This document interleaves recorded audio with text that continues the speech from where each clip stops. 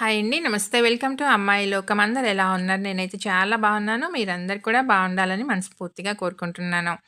ఇవాళ మన రెసిపీ వచ్చేసి బొంబాయి రవ్వతో అప్పటికప్పుడు చేసుకునే ఒక మంచి టేస్టీ స్నాక్ రెసిపీ ఎలా చేయాలో చూద్దాం. స్కిప్ చేయకుండా చూడండి. ముందుగా మిక్సింగ్ బౌల్‌లో వచ్చి 2 బంగాళదుంపలు చిన్న సైజువండి ఇవి. వీటిని పొట్టు తీసేసుకొని పెట్టుకున్నామనమాట. నీళ్ళల్లో వేసుకొని కలర్ మారకుండా ఉండేదానికి. ఇప్పుడు చీజ్ గ్రేటర్‌తో వచ్చి వీటిని చక్కగా తురిమేసుకుందామండి. మంచి ఫైన్‌గా వస్తుందనమాట. చీజ్ గ్రేటర్‌తో తురుముకున్నామంటే, మనకి ఇలానే ఉండాలి. తొందరగా మగ్గాలంటే ఇంత ఫైన్‌గా ఉంటేనే మనకి ఈజీగా ఉంటుందండి.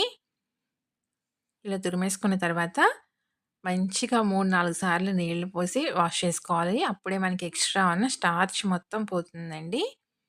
దీన్ని అలా పక్కన పెట్టుకుందాము కడిగేసేసుకొని. ఈలోగా కడాయిలో ఒక టేబుల్ స్పూన్ నూనె వేసుకుందాము. నూనె వేడెక్కిన తర్వాత పావు టీ స్పూన్ ఆవాలు, ఒక అర టీ స్పూన్ జీలకర్ర, కొంచెం ఇంగువ, ఆవాలు, జీలకర్ర మనకి మంచిగా వేగిన తర్వాత ఒక 2 వెల్లుల్లి రెబ్బలనండి తురిమి పెట్టుకున్నాము. దాన్ని వేసేసుకుందాం. తర్వాత ఒక అర టీ స్పూన్ తురిమిన అల్లం, ఒక చిన్న అల్లం ముక్కను తురుముకుంటే ఒక అర టీ స్పూన్ వరకే వచ్చిందండి. ఈ 2 నూనెలో మనకి మంచిగా వేగాలనమాట. అప్పుడే ఫ్లేవర్ అనేది బావుంటుంది.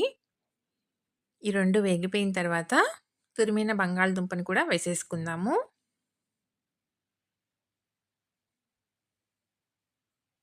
ఇది మనకి కొంచెం మగ్గితే చాలండి ఇప్పుడు.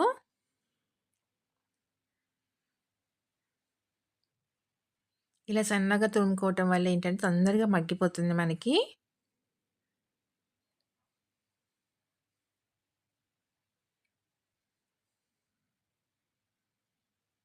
స్టవ్ వచ్చేసి లో ఫ్లేమ్‌లో పెట్టుకొని దీన్ని వేయించుకోవాలండి. అప్పుడే మనకి అడుగంటకుండా ఉంటుందనమాట. లేదంటే అడుగు పట్టేదానికి అవకాశం ఉంటుంది.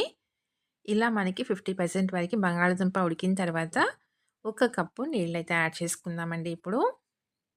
రుచికి తగినంత ఉప్పు, ఒక అర టీ స్పూన్ వరకి మిరియాల పొడి, ఇంకా దీనిలో కారం అంతా మనకి మిరియాల పొడేనండి. అందుకని మనం అర టీ స్పూన్ వేసుకున్నామనమాట. మొత్తం మంచిగా కలిపేసుకుందాము. ఈ నీళ్ళొచ్చేసి మనకి మంచిగా తెరలాలండి.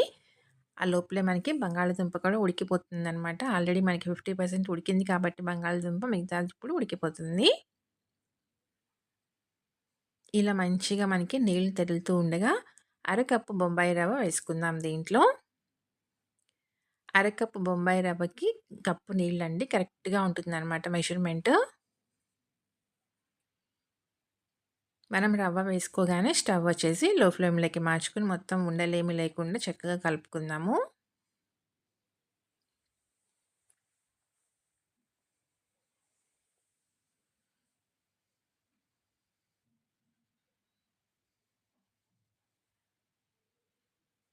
ఇలా కలుపుకుంటూనే ఉండాలండి. లేదంటే మనకి అక్కడక్కడ ఉండలు పట్టేస్తుందనమాట.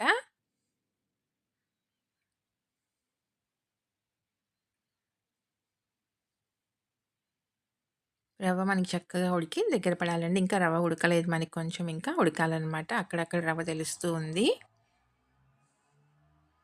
ఇలా రవ్వ మొత్తం మనకి దగ్గరైన తర్వాత స్టవ్ అయితే ఇంకా ఆఫ్ చేసేసుకుందామండి. ఉడికేసింది రవ్వ మనకి.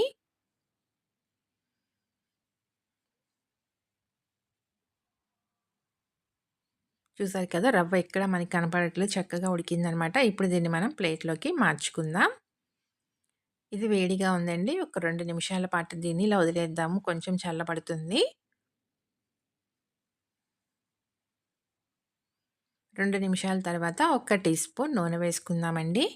ఒక టేబుల్ స్పూన్ బియ్యం పిండి వేసుకుందాము. మంచి క్రిస్పీనెస్ వస్తుందనమాట బియ్యం పిండి వేసుకోవటం వల్ల. ఇప్పుడు ఇది ఇంకా కొంచెం వేడిగానే ఉందండి. పూర్తిగా చల్లారిపోకూడదు. ఇలా కొంచెం వేడిగా ఉండగానే మనం అరచేత్తో మంచిగా దీన్ని నొక్కి కలుపుకోవాలండి పిండి.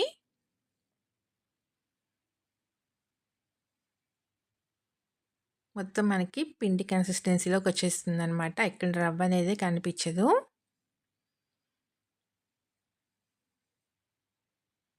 అరచేత్తో మంచిగా నొక్కి కలుపుకోవాలి.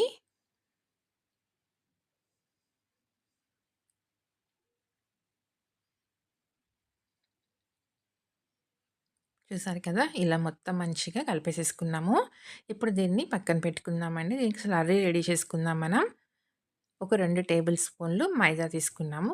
ఒక 2 చిటికెలంత ఉప్పు, ఒక పావు టీ స్పూన్ దాకా రెడ్ చిల్లీ ఫ్లేక్స్, ఒక టీ స్పూన్ వరకి నువ్వులు, సన్నగా తరిగిన కొత్తిమీర కొంచెం వేసి మొత్తం మంచిగా కలుపుకుందాము. తర్వాత తగినన్ని నీళ్లు పోసుకుంటా పిండి పలుచగా కలుపుకుందామండి.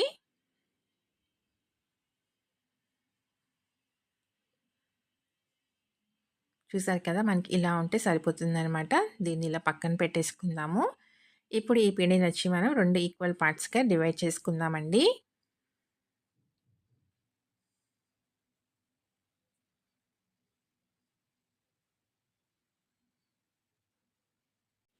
ఇప్పుడు కొంచెం పొడిపిండి వేసుకుందామండి.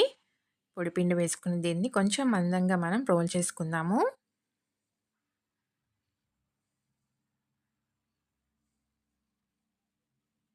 అంచులొచ్చేసి మనకి పగిలినా కూడా పర్వాలేదండి. ఎందుకంటే ఎలాగో మనం దీన్ని కట్ చేసుకుంటామనమాట. అంచులను తీసేసుకొని మధ్యలో ఉన్న వరకే మనం యూజ్ చేసుకుంటాం కాబట్టి పర్వాలేదు.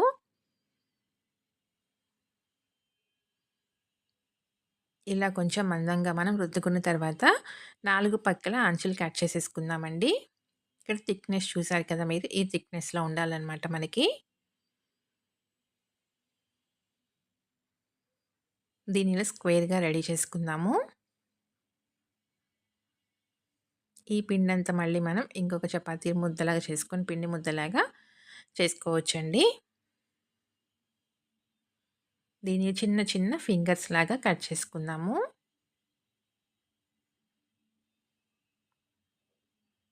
ఇలానే అన్నింటిని కట్ చేసుకొని తీసుకుందామండి.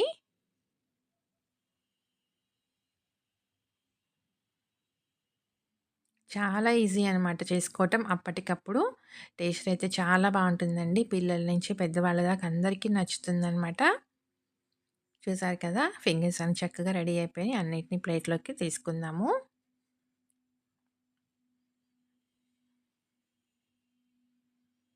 ఇంట్లో ఏదన్నా పార్టీ ఉందనుకోండి, కిట్టి పార్టీ కానివ్వండి, లేదంటే చిన్న చిన్న ఫంక్షన్ గానివ్వండి, చిన్న బర్త్‌డే పార్టీ కానివ్వండి, ఇలా ఒకసారి ట్రై చేసి చూడండి. చాలా క్విక్‌గా అయిపోతుంది. అందరికీ చాలా బాగా నచ్చుతుంది. ఇలా అన్నింటిని మనం కట్ చేసుకొని తీసుకున్నామండి. రెడీ చేసుకొని పక్కన పెట్టుకున్నాము. థిక్‌నెస్ చూసారు కదా! ఈ థిక్‌నెస్‌లో ఉంటే సరిపోతుందనమాట. ఇక్కడ మనం రెడీ చేసి పెట్టుకున్న స్లర్రీ ఉంది. తర్వాత బ్రెడ్ క్రమ్స్ తీసుకున్నామండి. ఒక్కొక్క పీస్‌ని స్లర్రీలో డిప్ చేసుకున్న తర్వాత బ్రెడ్ క్రమ్స్‌లో రోల్ చేసుకుందాము. ఇలా 2 పక్కల మంచిగా కోట్ అయ్యేటట్టుగా బ్రెడ్ క్రమ్స్ తీసుకుందామండి రోల్ చేసుకొని. అంతేనండి అన్నీ రెడీ చేసుకొని పక్కన పెట్టుకుందాం.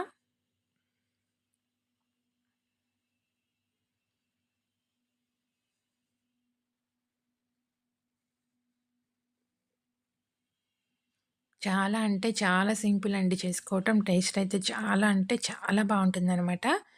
చూసారు కదా! ఇలా రెడీ చేసుకొని పక్కన పెట్టుకున్నాము. ఇప్పుడు మనకి నూనె వేడెక్కిందండి. ఒక్కొక్కటిగా వేసుకొని పట్టినన్ని చక్కగా స్టవ్ వచ్చేసేసి మనకి హై ఫ్లేమ్‌లోనే పెట్టుకుందామండి. అప్పుడే మనకి మంచి క్రిస్పీగా వేగుతాయనమాట.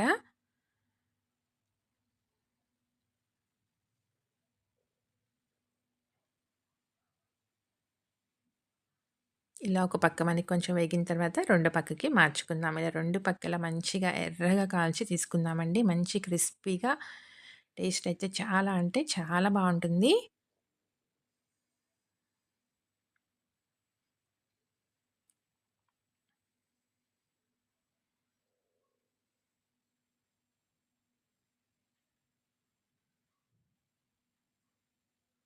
అంతేనండి. చూసారు కదా! చక్కగా వేగిపోయినాయన్నమాట. మంచి క్రిస్పీగాను తీసేసుకుందాము. అన్నీ ఇలానే రెడీ చేసుకొని తీసుకుందామండి.